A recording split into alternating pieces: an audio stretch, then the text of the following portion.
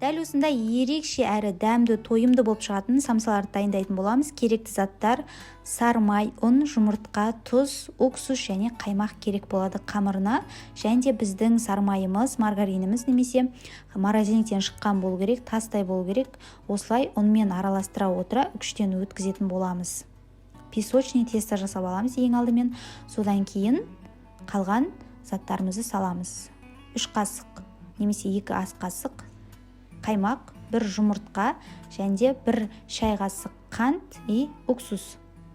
9%-лық жақсылап араластырып осылай құйып жібереміз да. Жұмсақ қолға жабыспайтын қамыр жасаймыз.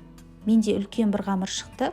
Оны 2-ге бөліп, біреуінен жасадым, біреуін келесі күн жасаймын деп морозилникке салып қойдым. Сіздер де солай жасасаңыздар болады. Бір жасағаннан көбірек жасап алсаңыздар тиімді болады уақыттарыңызға.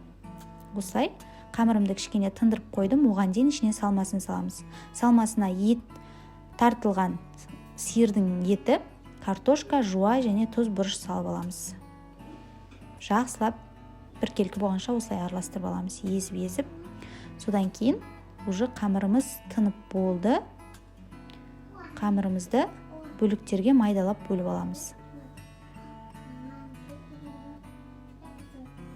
Және де осылай қатты жұқа қылмай жайып аламыз да фаршымызды саламыз. 1 ас қасық фарш салсаңыздар жетеді. Көпті салудың қажеті жоқ. Қамырымыз жыртылып кетеді. Және де осылай ораймыз да түп жағын жабыстырып, тюльпан сияқты қылып жасап шығамыз. Осы 2022 жылдың хит самсасы деп ютубта жүр. Соны жасадым бүгін. Қараңыздар, өте ерекше болып шықты. Жұмыртқаның сарысын жақтым.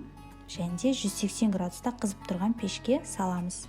Бетіне өз қалауларыңызбен осындай сепсеңіздер болады.